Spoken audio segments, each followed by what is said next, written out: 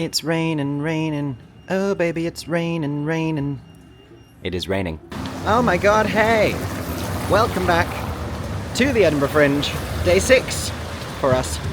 We are walking from our hostel accommodation in Grassmarket to the traverse that I've encountered traffic. Instagram in the wild. I'm sorry. If you don't Instagram the donut, then it doesn't taste as good. My last one, my flight's at 8 a.m. tomorrow. So sad. Everyone is leaving tomorrow. We're leaving at the end of the day tomorrow, so don't worry, there will be a day 7. I know you all just started screaming at your devices, being like, what do you mean? We were promised 7. Don't worry. Erin and I have a full day of shows today and tomorrow. It's just the Americans who are abandoning us. Sad. Like, I'm getting out of this country. reversed 18th century going on here. Walking past you can't really see it. There's a castle up there. I'll show you in a second. It's low-key raining. It was high-key raining. And now the key has been lowered, which is great news for us. Walking to Traverse, I also have a donut. It is the new flavour. White chocolate and raspberry, influenced by Ashley the other day. Very good. Look at this goodness. They are very aesthetic and they taste great as well. Let's do a taste test. Every time I've done this, I've been by myself. I'm so glad other people can see how cumbersome it is. Oh no, I've zoomed so far very zoomed in. on my face. Oh. No. Seamless. Effortless. It's good. Don't worry, it's good. It's a good time. Better view of the castle. Whoop whoop! It's still the arse of the castle, but it's even that. Looks very nice. And are we beginning our day with the Ladyboys of Bangkok? No! It's the Traverse. It is once again the Traverse Theatre. We're here to see Consumed. Very exciting. We're going to go inside now and go see it. We were just checking the posters for star ratings, and it's Broadway Band! That's me! Yay! Ashley and I are taking caffeine pills. Making choices. Cool kids. It's not cool kids. Don't do a Saved by the Bell. One pill, one at a time. And we are back in Traverse 1, the larger of the Traverse spaces, for Consumed. And as I mentioned in a previous day, they have like full sets, and admittedly they have longer turnaround times in between shows here, which is why you can't really do like a back-to-back Traverse day. But I'm still, nonetheless, in awe of what they managed to achieve in this space. We have party hats on the table. We have, look at the lighting, look at the way they've lit. Light coming from upstairs, coming in from outdoors, and also, not to blow your minds entirely, but the washing machine is on and running. That is a functional washing machine over there. Ashley's... You're making it really hard for my copyright right now. Yeah. I believe this show is very sold out, so this whole section is full and no one has sat in the front yet, and someone is going to have to as they enter this auditorium. There's food in the oven? I'm in awe of this set. This is so cool. We're playing a game right now.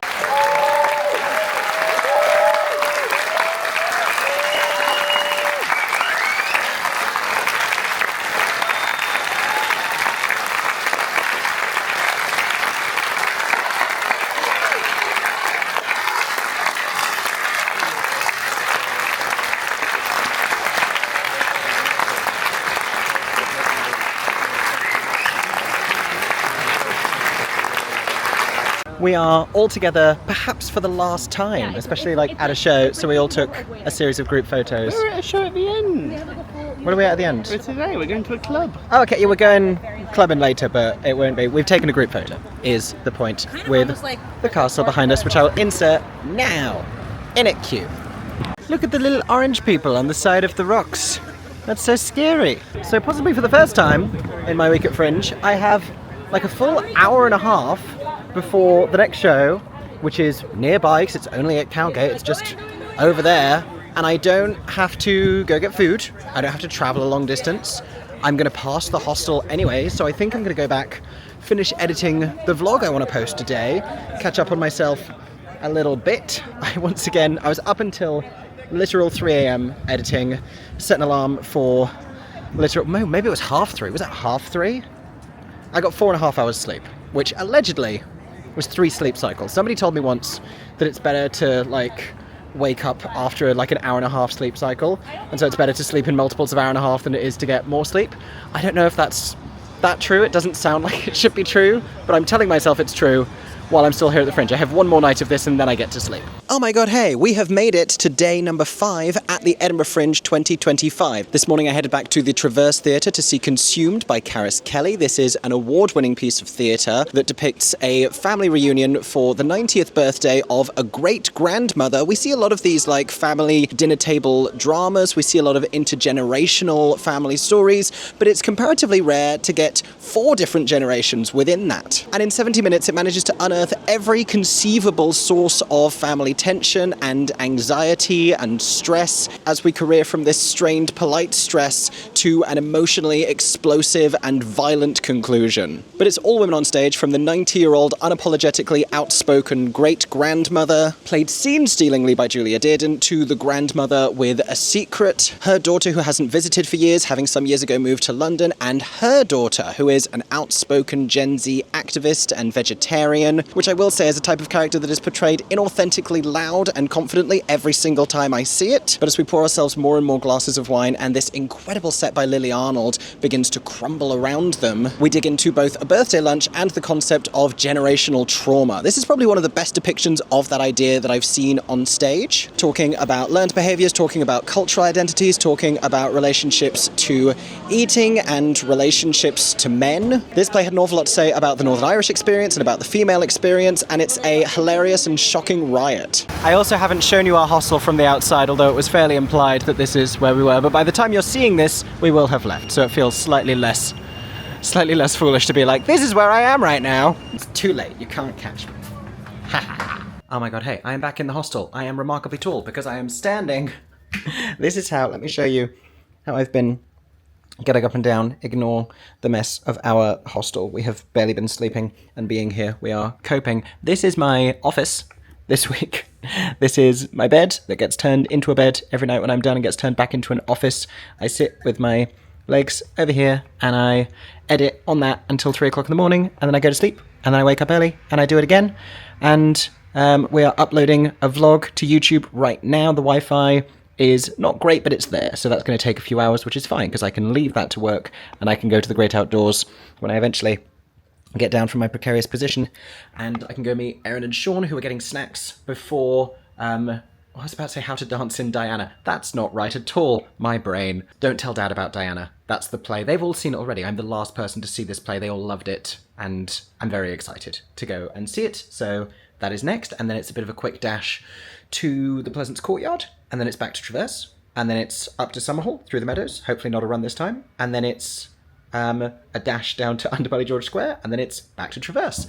And then a bit of a gap before a party. Later, we're going to Club Giselle, which is very exciting, and it'll be our last big hurrah before the Americans go back home. I'm sort of stuck now, but I'm going to finish my business here and then go see a show. And we are off. We are en route to the next show. Is this the Mary's Milk Bar queue? I think it is. There's a lot of people outside of Mary's Milk Bar. We have reached a standstill. I do want to try Mary's Milk Bar, but I don't have ice cream queuing time in me. We survived that one. I just put hair wax in my hair because I remembered that I brought it with me. The Fringe on my schedule is no time for vanity, honestly.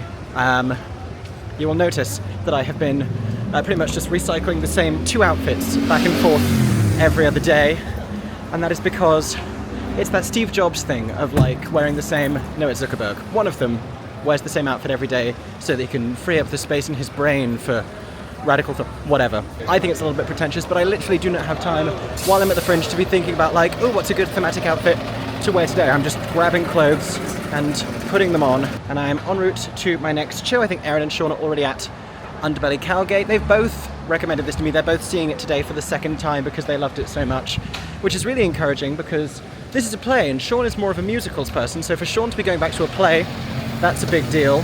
And Erin thinks I'll like it, and Erin has seen more theatre with me than anyone else in the world. We've seen hundreds of shows together this year alone, so he knows what I tend to enjoy. The weather is better now, but there are some foreboding dark clouds in the sky. Don't love those. Just past some fantastic looking cinnamon buns. You may be screaming at your devices, Mickey Joe, that's too much sugar. Stop eating donuts. I have had my last donut. My stomach is also screaming at me, Mickey Joe, that's enough donuts. I could do with a savoury food stuff, but I don't need it now. But this is the problem. I have a gap now, but I'm not hungry. I'm going to be hungry after this, and I'm not going to have a gap. That's the challenge. Heading towards the purple mooey glow of Underbelly Cowgate for what I think is my last show there of the 2025 Fringe. But I'm also idly wondering, I don't know if you can see this, but the sign on the bridge there for the play Why I Stuck a Flare Up My Arse for England, that is the actual name of the play, apologies if I've offended your sensibilities, I'm wondering how much that advertising space is, because it's a pretty solid space. It's sadly a bit translucent, but I've definitely been able to see that very clearly every time I've walked through here before. And into Cowgate. Why do I do stuff to my hair? Why did I bring hairstyling products if it's going to be like this? Oh, I see Sean.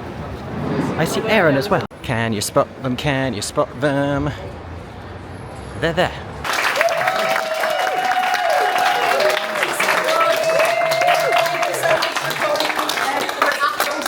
Diana on Instagram if you like the show. We're unfunded, we're very small, so we're relying on word of mouth. And if you didn't like it, say nothing. Thanks so much. Well, there were 2 performers in this Edinburgh Fringe show, so it was not at all crowded, actually. I have just seen my 40th show at the Edinburgh Fringe 2025, and it was the highly recommended comedy play Don't Tell Dad About Diana. Think everybody's talking about Jamie, but in Ireland in the 1990s. With the other key difference being that this is not just a story focusing on a young queer man, it's a story spending equal times focusing on him and his female best friend. He is Connor, she is Hannah, he is an aspiring young performer, she is an aspiring seamstress. Together they are developing a Diana drag act. However, it is August 1997 and timing proves to be surprisingly fateful. We come to find out the extraordinary extent to which they are both deeply obsessed with Diana, and I think that actually makes this a better depiction of her legacy and her impact than the shows that try and portray her directly. You feel the love for her and what she means to people more acutely by seeing it through the eyes and the actions of others. That being said, this is an out-and-out comedy play. It is hilarious, even in its moments of tragedy. These characters are both totally endearing, and more than anything else, it becomes a real love letter to their friendship and the charming mixture of the emboldened confidence of young, determined artistry with an insufficient creative outlet and abject naivety. It's just a really lovely show. The weather may be chilly, but my heart is thoroughly warmed. Go and check out Don't Tell Dad About Diana at Underbelly Cowgate. Heading back into Cowgate because I ordered a couple bits and pieces for lunch to take on my walk to the Pleasance Courtyard. That play actually runs at 50 minutes, which is less than it says online, which is a refreshing change of pace. I am waiting on some sides that I've ordered from the Japanese Korean street food. Excuse me, sir. Excuse me. Excuse me. What did you get? It's got amber. Oh, just an amber. Okay. I'm getting snacks. Gonna pick these up and walk with them, but I've gone for the classic tamagoyaki, which is a rolled egg situation, and pumpkin croquettes. So in spite of the fact that we've walked up and down this hill every day, Aaron just pointed out it's my 5-star thing over there, but we hadn't noticed I also have a pull quote. I'm up there. Late night entertainment that is such a riot. Mickey Joe Theatre. Correct. Absolutely correct. Go see Swanblesque, everybody. That's very nice. I very rarely make it onto posters, and I think a lot of it, I mean, I'm not The Guardian, but also a lot of it I think has to do with the name, and like it sounds like you're crediting an individual. I don't have a name that sounds like a publication, like Theatre on Sundays, View from the Upper Circle, any of these things. I don't know, I feel like Mickey Joe Theatre now, like that, people know. It's getting there, but it's nice when that happens, not because that's the reason or that I need the attention or anything, but I think people associate criticism with saying mean things and critiquing being just negative stuff, and so it's nice to be able to celebrate something, and it's nice when they get to use that and you get to help propagate something brilliant. Made it to Pleasance Courtyard and I said to Aaron, oh, I could go for a sweet treat from Mimi's, and then somehow I ended up with a cider. But also, this queue is starting to move forwards. He's gone to the bathroom, so I'm holding a space for us in the queue, and I figure we can get something from Mimi's on the way out. You can take drinks into shows, but I think, I don't know if you can take food, but people don't, really, so better to get a drink now while watching. I might share this with Aaron if he wants some, and then grab a sweet treat when we head to Traverse after the show. And on today's episode of What Does the Pre-Show Setup Look Like? This is the pre-show setup for Down to Chance, here at Beside at the Pleasance Courtyard. I'm excited about this one. The description really sold it to me.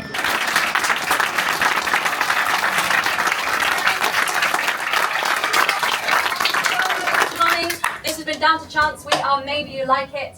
It's so amazing to have audiences like you guys here. It's lovely to play for it. If you have enjoyed the show and you think someone else might enjoy it, please tell them. That is how the Fringe works. You could also leave us a review on the Fringe website. That would be amazing. And you can follow us on social media at Down to Chance Play or at Maybe You Like It. Have a lovely rest of your day and a lovely Fringe.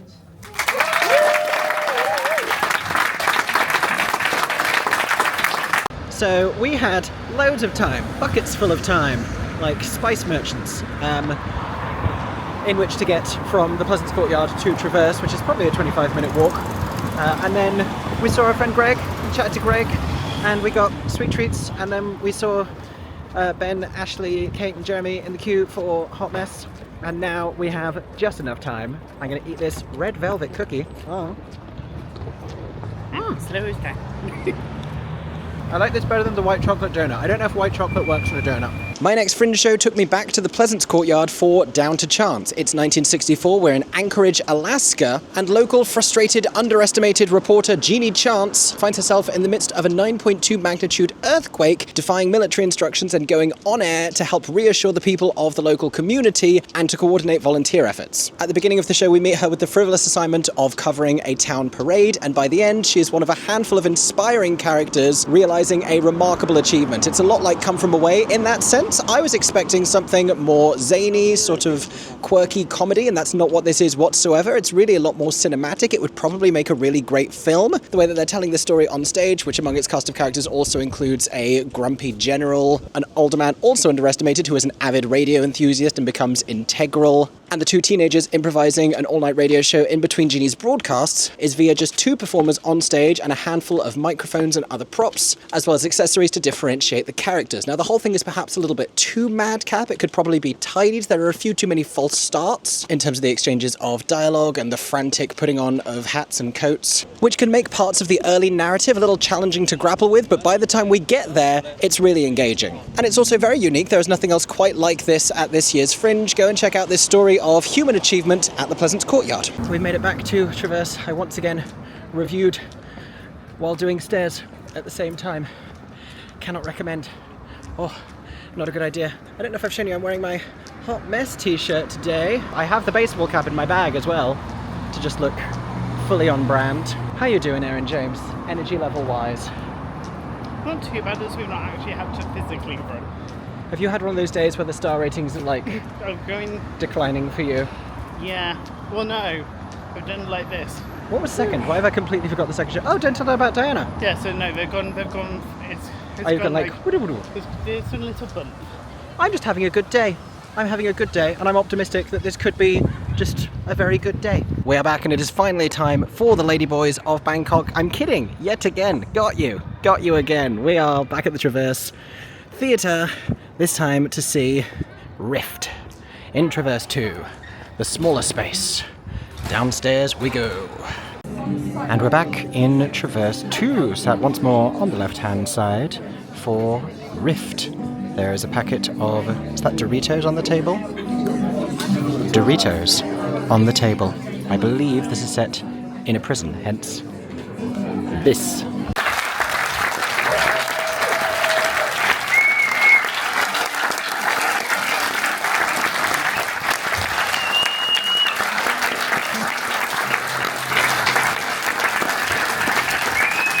Another day, another show at the Traverse Theatre that ran 10 minutes longer than scheduled, so our comfortable walk to Summerhall has become a slightly less comfortable walk to Summerhall. One of these days, we will get to stroll through the meadows at a leisurely pace and take in our surroundings rather than power walking. Oh, good view of Arthur's Seat.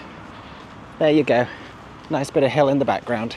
Show number 42 of the 2025 Edinburgh Festival Fringe was Rift, another play at the Traverse Theatre. This is American set. It follows two half-brothers, one of whom is incarcerated, the other whom is visiting him either in person or via video link over the course of some 27 years of his incarceration. And over the course of these conversations, they touch on a lot of different issues, and this is where I have something of a problem with this play and why I didn't take an awful lot from it, because for the most part, it felt as though we were addressing discussing topics without really exploring them. Talking about cyclical abuse, talking about white supremacy. He finds out within their first meeting that his brother in jail has joined the Aryan Brotherhood, and he subsequently tries to instill in him anti-racist ideology. But the script, and by extension these conversations, lack nuance because the characters lack nuance. It doesn't feel like these are developed and consistent characters. It feels as though their decisions and their conversations with each other are written in order to generate maximal drama, and their dialogue too often feels like the voice of the playwright. Almost immediately their conversations feel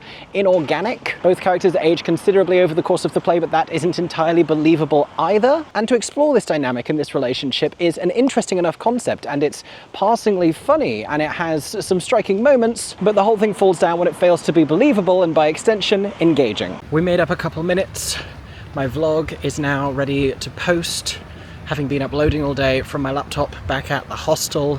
All is well, we're going to make it on time, and then everything is more comfortable for the rest of the day. Oh, at some point we'll need dinner. Finishing off another venue as with about 7 or 8 minutes before the start time. I can even, look, I can see the queue through that window over there, and that they haven't started moving, which is great news for us. We are arriving to Summerhall with its teal frontage for the very last time. Summerhall, if I haven't told you already over the last few days, I think is a former science lecture theatre medical training building, hence why the venue spaces are named for like the former women's locker room and lecture theatres and the dissection room. That's where we saw the Wright and Granger show Orpheus. Are we going to be able to cross this street? See, this crossing point is all well and good, but there's nothing to stop the traffic. Any day now. Any day now. I'm not missing a Fringe show because of cars. Made it. In we go. We have made it in. They are cramming everyone into the space, and this is what the space looks like. We've been in here 3, 4, 5 times. I've lost count, but this is maybe my favourite set design so far. 4 miles. Showing you a little bit of the complimentary programme here. It's like we're on Broadway, like we're getting playbills, and letting you know that this is about the legendary jazz musician Miles Davis, if you're wondering what Miles is about.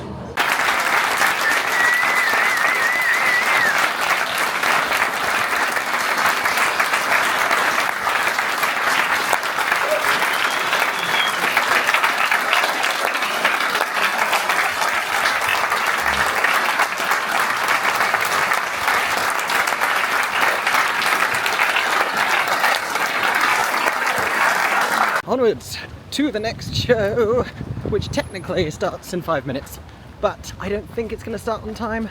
Sean and Kate are in the queue so they can provide us live intel. We're heading to the Big Purple Cow, our one and only visit to the Big Purple Cow, Udderbelly, as it's officially called.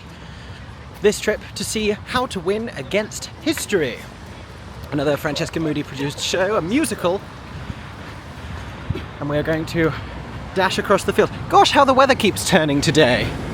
It started rainy, and then it got nicer, and then it seemed like it was going to be rainy again, but then it wasn't, and now it is. That was a riveting piece of storytelling from me there. I know.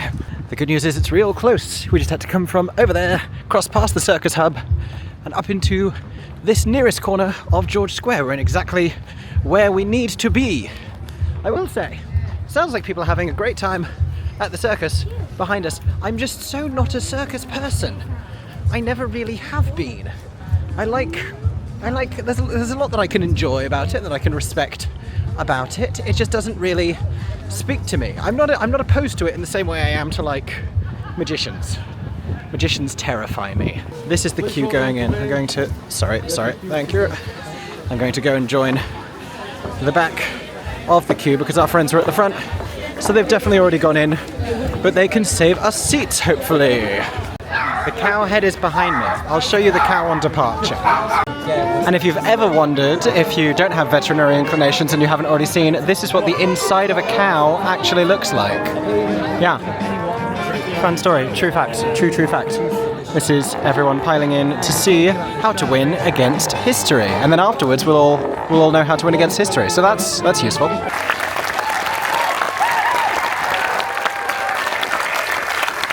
Thank you so much for coming to us, lucky little cow. I hope you enjoyed the show.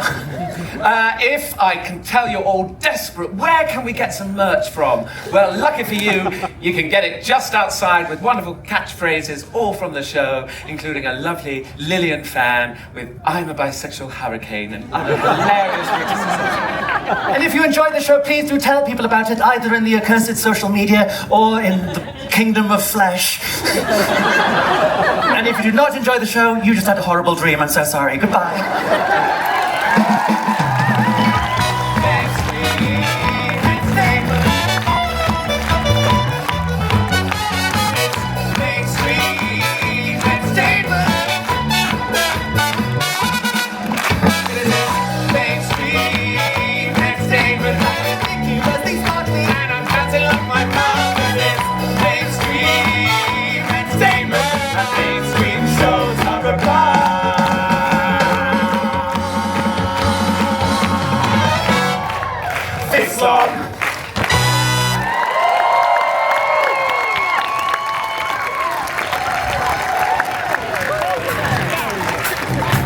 I'm vibing with the exit music. I wanna be on the heat with somebody, Sean. Yeah, I wanna dance with somebody. Big yay on the badge collection front, just got another button badge. And this is the cow. This is Udderbelly. You see it now, we got legs up in the air. Or are those the udders? Perhaps those are indeed the udders. And that is the upside down head. It's sort of horrifying if you look at it for too long. So don't do that. I'm about to film reviews, but look at this beautiful. Oh, is this? Oh, different festival. This was the literary festival. I see the Mr. Yeah, book festival main entrance. There you go. All the signs were there. The literal signs. Lovely architecture though, and a nice sort of Spiegel tent. Show number 43 of the 2025 Edinburgh Festival Fringe for me was my last show at Summerhall. It is the beginning of the end, but still some gems left because I just saw Miles. This is a play with music about the life of the iconic legendary jazz musician Miles Davis, portrayed by the extraordinary young actor Benjamin Akintoyosi, whose changes in vocal affectation and whose physicality and whose mesmerizing performance were astonishing. One of the best performances I've ever seen in an Edinburgh Fringe show. He is joined by Jay, an IRL virtuoso jazz trumpet player, the concept for the show being that Jay is sort of invoking and in conversation with the smirking ghost of Miles Davis, with the two of them chatting about his thoughts on one particular album that he recorded, this being a pretext to various stories about his life and various memories. It's a little bit Terence McNally's masterclass in that way. It looks really stunning. It's got a fantastic set, really great sound design, amazing projections. It's been written and directed by Oliver Cadaby. There's some brilliant moments within the direction, some really visually striking stuff. And of everything I've seen so far, this might be the show that feels the most ready to transfer onwards and have a full production. It could definitely be extended. It's a theatre piece as well as a lesson about music history that credits different musical styles with their cultural roots, as well as the brilliant artists who were Miles Davis's contemporaries. And like any great piece of music, it has plenty of fantastic notes. It could just do with perhaps a few more dynamics and a sense of direction. But this is definitely a show and a performance to watch. That was review number 43. Everybody. We're getting there. We're getting there. We're heading back to the Traverse with enough time to arrive at our destination. Cannot tell you how wonderful that is. Have I walked us in a strange direction? No, this is still... Oh, it's over there. We're fine. This is mainstream entertainment. That is a bop that I just heard in the musical How to Win Against History at Underbelly at the Edinburgh Fringe, aka the Big Purple Cow. This is a new musical about Henry Cyril Paget, a true historical queer icon somewhat lost to history, whose colourful if slightly depressing life story is being presented to audiences in this equally colourful show. With, I must say, the warmest and fondest and most delightful of vibes. I so wanted to love this because the performers were so charming, the energy of the whole thing was so great. Unfortunately, the pace presented such an issue. We just never really got any sense of momentum, and while a lot of musicals are relying on pre-recorded tracks, it fascinates fascinates me that you would bring this many musicians to the Edinburgh Fringe to have them sit still, not play their instruments, and stare at you in silence for so many prolonged periods of time. Gorgeous glitzy costumes and a handful of really funny jokes, although perhaps too few, but in a show that inevitably just left me a little tonally confused, because the material itself doesn't really feel aligned with the opening mission, which is to prove that Henry's life did actually have joy and love, and that it wasn't all in vain. For the most part, it is largely quite somber. That being said, there is so much to like about the whimsical presentation. I am convinced that there is a delightful show in there somewhere. And to make up your mind for yourself, head to the Big Purple Cow and go and see How to Win Against History at the Edinburgh Fringe. It's behind me. That's what I was trying to do there. Go and see the show. I'm coming, I'm overtaking. Oh, that wasn't enough of a gap. Woohoo! Another view of Edinburgh Castle, and also this coach. And also that coach. We have done this before, Aaron and I. We have done a traverse in the morning, and then traverse again in the afternoon, and then traverse again at night. Because when we did after the act, yeah, that was like we're back at traverse for the third time in one day, which is what we're about to do right now. Or are we seeing the Ladyboys of Bangkok? Is it finally time? No, it's not. It's traverse. We're going to traverse. We are back once more at the Traverse Theatre for our final show of the day, which is that one right in the middle there. She's behind you. We're going to have to teach Ben some pantomime culture in like 12 minutes. I'm American. Have you seen any panto ever? I kind of did one in college when I was in Ireland. Oh, then perfect. Then this'll definitely be fine. I was about to say one of these days we should eat in the nice looking like restaurant space above the Traverse, but then I realised we don't have time to eat in restaurants when we're in Edinburgh. It's crazy. Okay, I joked about it, but you can get 10% off your meal at Dine, which is the restaurant upstairs, by showing your TravFest 25 ticket. If we show like 30 TravFest tickets, do we get 300% off? You also get a 10% discount at Conj, Persian cuisine, and they also recommend the Ting Tai Caravan. And we are back in Traverse 1. Not that you would recognise it from this morning, because the space has completely transformed. I don't know how many shows they do per day in Trav 1, but I think it's probably at least 4. It might be 5. Yeah, 4 or 5. Yeah. It's a remarkable achievement when you consider such different set designs. This one's really pretty. We've got a sort of little, like, as Aaron pointed out, a little brick pattern in the floor and a little lighting up lights in the shape of a star. This is She's Behind You, and we've been warned there is audience interaction. Ooh. Aaron, there isn't going to be pantomime-based audience interaction and participation in this show. Okay. That's not what the... No. Oh, yes, there is. Oh, no, there isn't. Oh, then I read the sign to me. We're also going clubbing after this, and when I say clubbing, we're going to a variety club night version. Basically, it's like a camper version of Summerhall, is how I'm viewing it. Fringe clubbing, and we're pre-gaming with Edinburgh Gin and Lemonade. Ready to make my notes for show number 45. We're getting close to 50, everybody, and I've got my Ellie Talks Theatre pen. Yay for merchandise.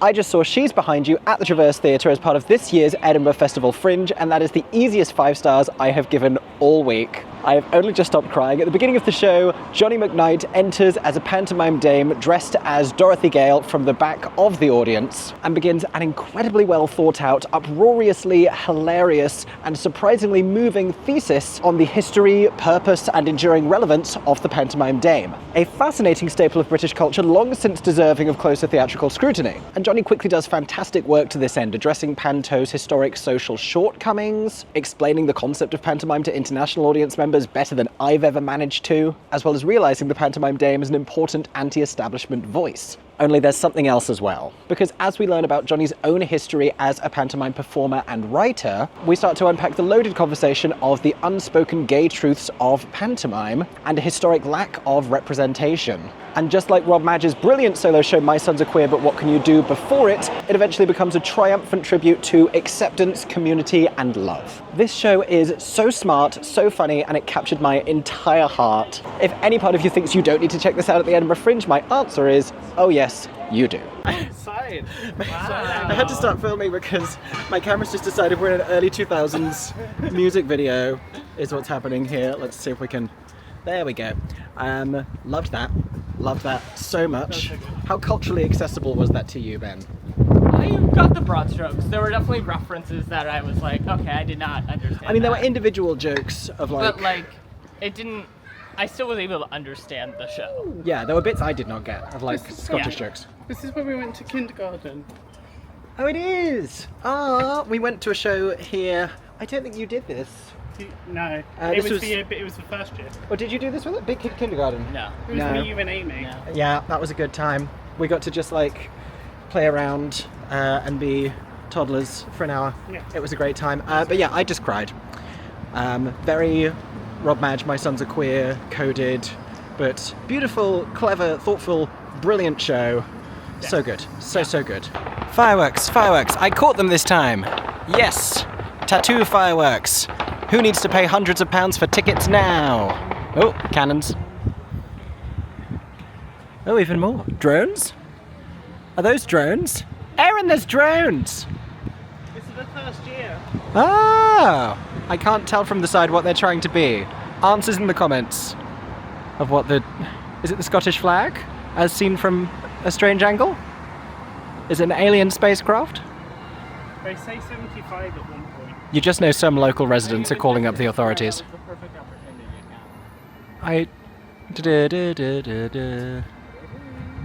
Yeah, jury's out on the drones. Ooh. It's making me think of Disney. It is giving Disneyland Paris. This is one Circle? You know what, we're just not at the right angle for this.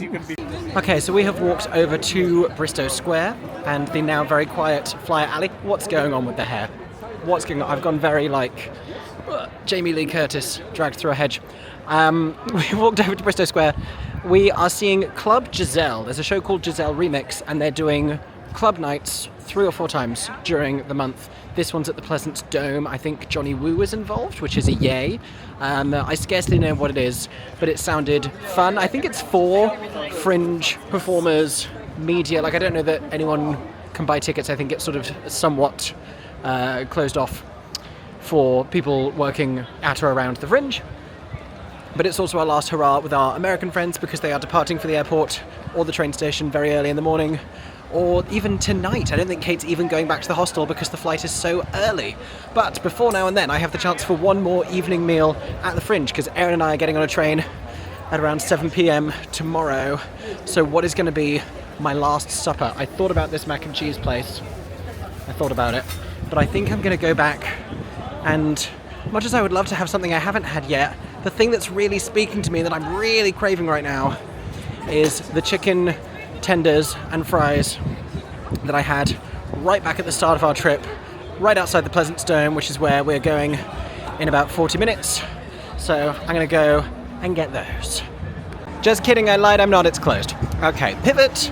What else are we gonna eat? Because I am hungry, and I'm hungry for fried chicken, as I so often am. I think there was something else, there was like that salt and pepper chicken thing, there's something. I can smell it on the wind. We pivoted all the way to the Assembly George Square Gardens, but we have got popcorn chicken from the last place still selling chicken. I went to Bristow. I went to Underbelly George Square, and now I'm in Assembly George Square, where I ran up to this poor man at this stall, and I was like, "Are you still selling chicken?" And he was like, "Yeah." And now I have it with Korean barbecue sauce. Very nice. I've got my popcorn chicken with the Korean barbecue sauce, and then weirdly, I found 3 donuts at the shop where they were selling them, and I paid for them.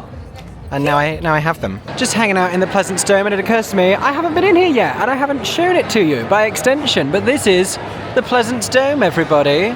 Look at this dome. There's no place like dome.